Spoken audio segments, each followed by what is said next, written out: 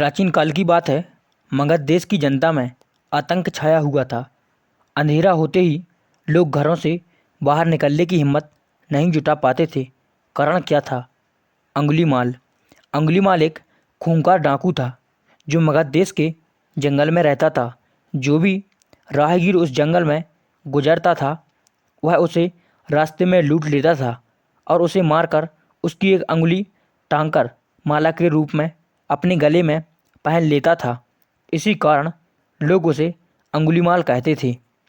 एक दिन उस गांव में महात्मा बुद्ध आए। लोगों ने उनका खूब स्वागत सत्कार किया। महात्मा बुद्ध ने देखा वहाँ के लोगों में कुछ डर सा समाया हुआ है। महात्मा बुद्ध ने लोगों से इसका कारण जानना चाहा। लोगों ने बताया कि इस डर और आतंक का कारण डाकू अंगुलीमाल है। वह निरपराध राही की हत्या कर देता है। महात्मा बुद्ध ने मन में निश्चय किया कि उस डाकू से अवश्य मिलना चाहिए।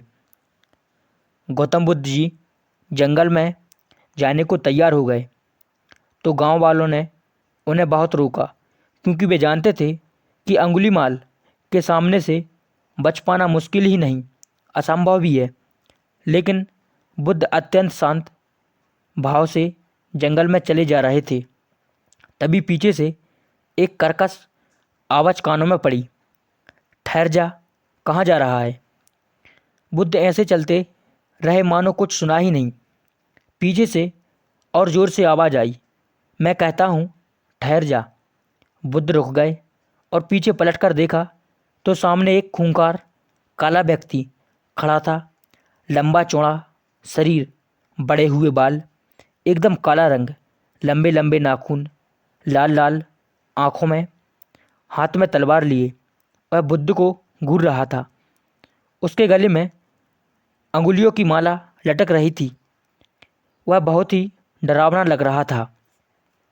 बुद्ध ने शांत व मधुर स्वर में कहा, मैं तो ठहर गया, भला तू कब ठहरेगा? अंगुलीमाल ने बुद्ध के चेहरे की ओर देखा। उनके चेहरे पर बिल्कुल भय नहीं था, जबकि जिन लोगों को वह रोकता था तो भय से थरथर कांपने लगते थे। अंगुलीमाल बोला, हे सन्यासी, क्या तुम्हें डर नहीं लग रहा? देखो, मैंने कितने लोगों को मारकर उनकी अंगुलियों की माला पहन रखी है। बुद्ध बोले, तुझे क्या डरना? डरना है तो उससे डरो जो सचमुच ताकतवर है। अंगुलीमाल जोर से हंसा, हे साधु, तुम समझते हो कि मैं ताकतवर नहीं हूँ। मैं तो एक बार में 10-10 लोगों के सिर काट सकता हूँ। बुद्ध बोले, यदि तुम सचमुच ताकतवर हो तो जाओ उस पेड़ के 10 पत्ते तोड़ लाओ। अंगुलीमाल ने तुरंत 10 पत्ते तोड़े और बोला, इसमें क्या है, कहो मैं पेड़ ही काट लाऊं। महात्मा बुद्ध ने कहा, नहीं, पेड़ उखाड़ने की ज़रूरत नहीं है। यदि तुम वास्तव में ताकतवर हो तो जाओ उन पत्तियों को पेड़ में जोड़ दो।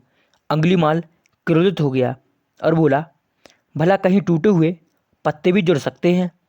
महात्मा बुद्ध ने कहा, तुम जिस चीज़ को जोड़ नहीं सकते उसे तोड़ने का अधिकार तुम्हें किसने दिया? एक आदमी एक सिर जोड़ नहीं सकते तो काटने में क्या बहादुरी है? अंगुलीमाल अबाक रह गया। वह महात्मा बुद्ध की बातों को सुनता रहा। एक अनजानी शक्ति ने उसके हृदय को बदल दिया।